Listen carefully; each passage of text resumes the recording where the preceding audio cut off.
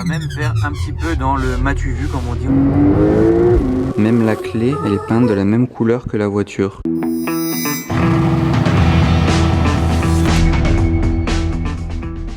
Hello everybody, this is Philippe, j'espère que tout le monde va bien, vous reconnaissez les lieux, Excel Car en même temps c'est pas compliqué, c'est écrit en gros sur l'aventure. La vidéo du jour, elle va se passer avec cette Porsche 992 Turbo S, dit autrement le missile. 0 à 100 en 2 secondes 7, franchement là je pense pas être prêt, je pense pas que vous soyez prêts, je pense que personne n'est prêt pour ça. En tout cas encore une fois merci à Excel Car pour l'opportunité, c'est vraiment incroyable de pouvoir vivre ça et en même temps de vous le faire partager parce qu'on est là pour ça aussi, pour le partager avec vous tous. N'hésitez pas à les suivre sur Instagram, leur site internet, il est juste là si vous voulez connaître un petit peu plus leur inventaire, voir les prix, etc. Mais par contre la couleur, la configuration même dans son ensemble, elle est juste sublime. Mais genre vraiment là il n'y a pas d'autre mot, elle est sublime. Cette couleur là avec les feux translucides, ils sont incroyables ces jantes, on est d'accord? C'est un sans faute. Je vous mets au défi en commentaire de me dire un défaut à cette configuration. Et maintenant on va surtout partir pour l'essai. D'ailleurs il y a pas mal d'autres Porsche chez Excel Car. Il y a même beaucoup de couleurs. On est enfin prêt à partir pour l'essai les amis. Donc la première chose à faire c'est ça. Échappement, donc soit vous appuyez là sur la partie tactile, soit ici. Donc je vais appuyer là, allez.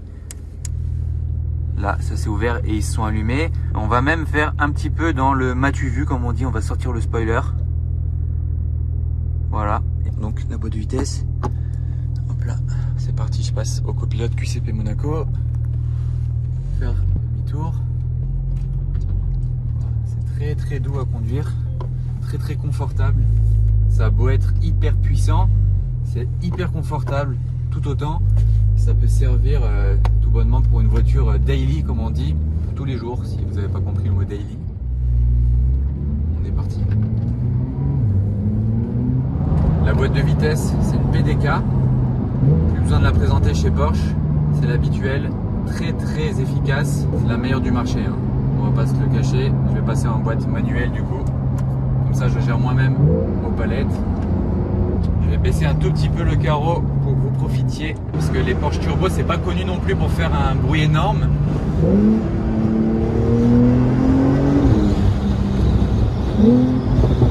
Ah, il y a des petits retours.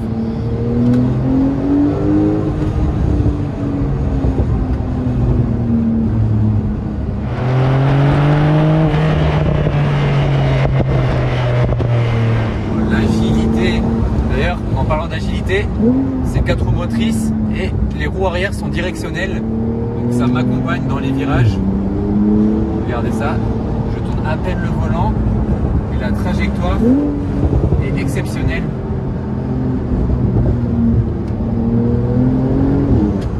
Ça ne bouge pas. Franchement c'est hyper rassurant aussi à conduire ce genre de voiture parce que ça a beau être hyper puissant, c'est hyper stable, il y a très peu de chances de se faire des coups de frayeur par rapport à d'autres voitures, style par exemple la F8 qui est une propulsion. Donc là on est 4 roues motrices, 650 chevaux, 0 à 100, tenez-vous bien, moi si je me tiens bien, 2 secondes 7. On parle de Bugatti Veyron à 2 secondes 5 le 0 à 100, là une Porsche Turbo 2 secondes 7.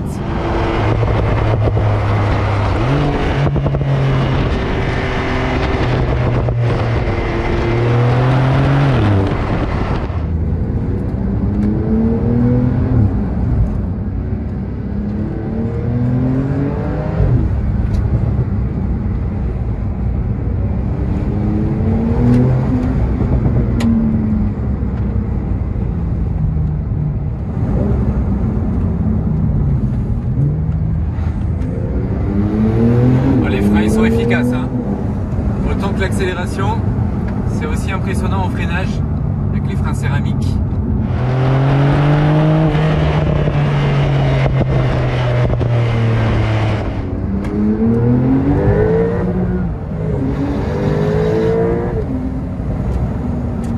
Choqué.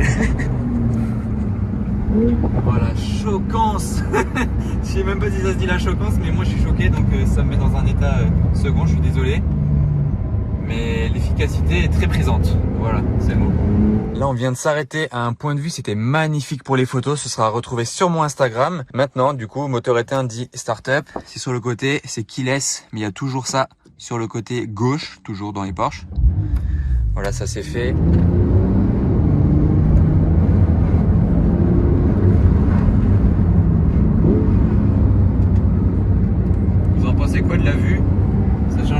la tête de chien à Monaco. Allez, ligne droite.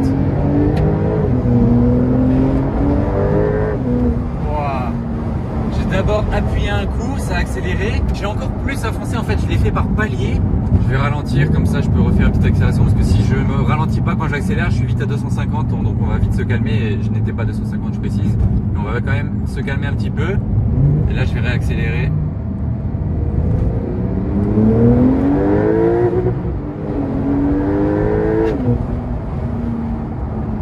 Et j'ai accéléré, j'étais déjà en seconde hein, pour vous dire.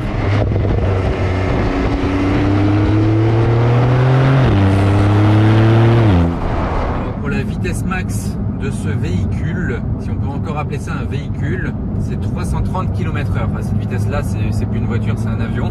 La consommation moyenne, c'est 12 litres 5. Et par contre, l'intérieur, je sais pas ce que vous en pensez.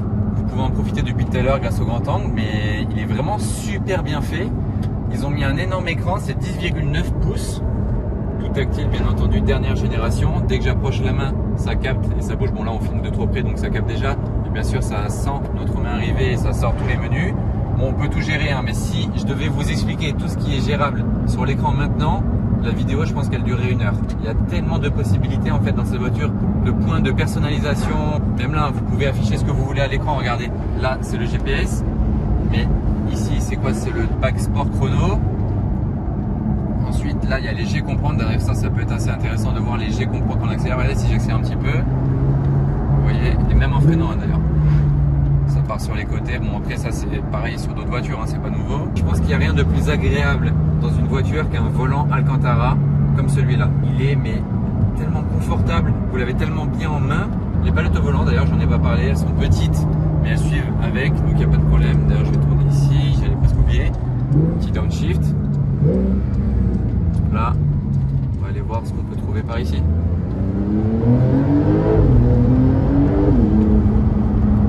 Bon là, je vous cherche un petit endroit où on pourra poser la voiture et que je vous fasse quelques plans extérieurs avec de la musique et des explications s'il n'y a pas trop de vent. S'il y a trop de vent, je finirai les explications. On sera de retour chez Excelcar devant la concession tout simplement. En attendant, profitez de cette route avec les petits virages, les petits arbres, c'est très sympa.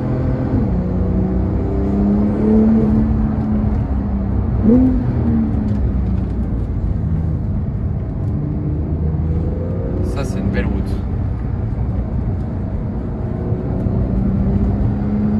Regardez, on vient de privatiser la route pour faire des photos. Imaginez là, la voiture posée là sur cette ligne droite, les photos qu'on va sortir. Franchement, là, je suis vraiment content. Par contre, le vent dans cette région, ça s'arrange pas. Hein. Je suis désolé, mais je peux pas trop parler en extérieur de la voiture.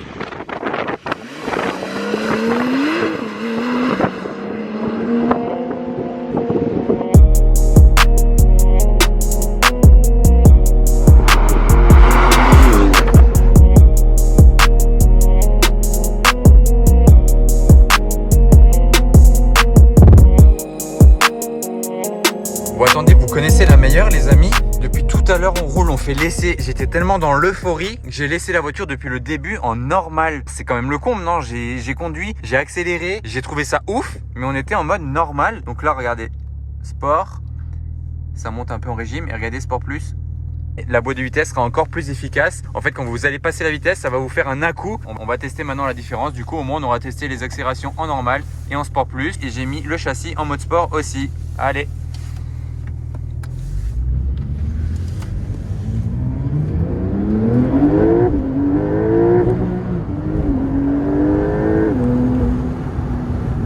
Ah ouais, non, là, c'est très chaud. Waouh. Le passage de vitesse, en fait, ça fait tout aussi sur l'accélération. Ok. Le mode Sport Plus, il m'a achevé. Ça y est, je suis achevé. On va ramener la voiture. Moi, je suis achevé. Wow. Le passage de vitesse, mais la reprise. Ceux qui ont les moyens, 259 000 €, c'est ça, je crois. Allez-y. Genre, appelez Excelcar demain ou maintenant, ça dépend de l'heure à laquelle vous regardez ça. Réservez-la. 259 000 €, c'est bon, ça les vaut largement. Quand vous voyez qu'une Aventador ou quoi, ça vaut 350 000 ou 259 000 là-dedans, c'est bon. Quoi de plus? C'est incroyable. Donc là les amis, on est de retour chez Excelcar. J'ai pas précisé tout à l'heure, mais elle a le lift system, donc c'est très pratique pour passer des bosses, etc. Bon, je vais pas vous apprendre à quoi sert un lift system, mais en tout cas elle en est équipée, donc c'est très pratique. Et là on monte aisément. Bon, il n'y en avait pas besoin, hein, c'est juste pour la démonstration que je vous l'ai sorti. Voilà. On est de retour au bercail. Bon, au final il y a eu des nuages, donc j'ai pas pu la poser bien au soleil. Et vous savez quoi, j'ai décidé de terminer la vidéo dans le showroom. Il y a un éclairage de malade, donc le bleu va ressortir hyper bien. Et je vais vous faire voir encore les petits détails de la voiture que je vous ai pas encore montré. Oh là là, regardez sous la lumière. Voilà, quand je vous disais que le bleu était exceptionnel. Waouh. Donc je vais vous faire voir ça un petit peu plus en détail.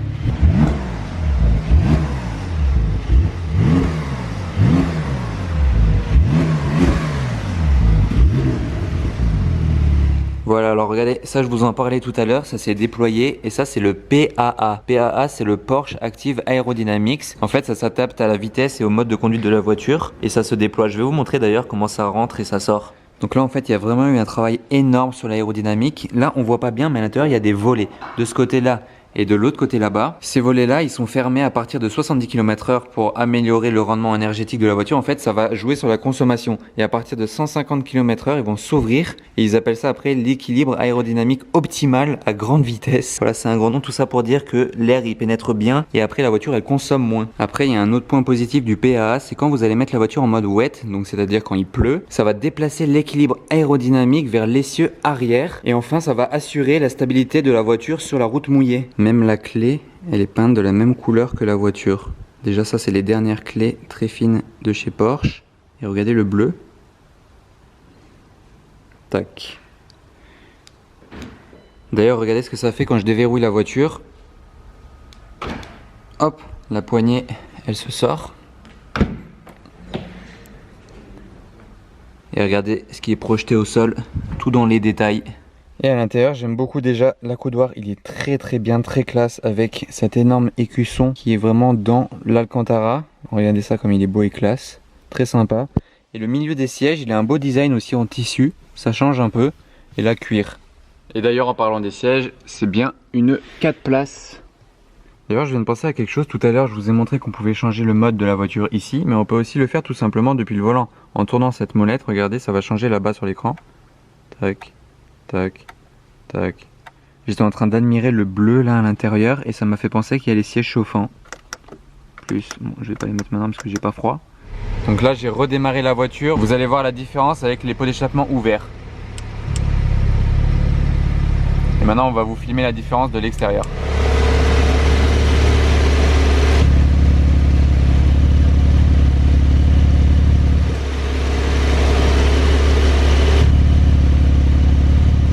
Bon ben voilà, on a rangé le petit missile avec ses frères et sœurs chez Excelcar. Si cette vidéo vous a plu, vous savez ce qu'il vous reste à faire. Le pouce bleu, allez faire un tour sur le site de Excelcar ou leur Instagram. Et on se retrouve très prochainement pour une nouvelle vidéo avec eux. Ciao!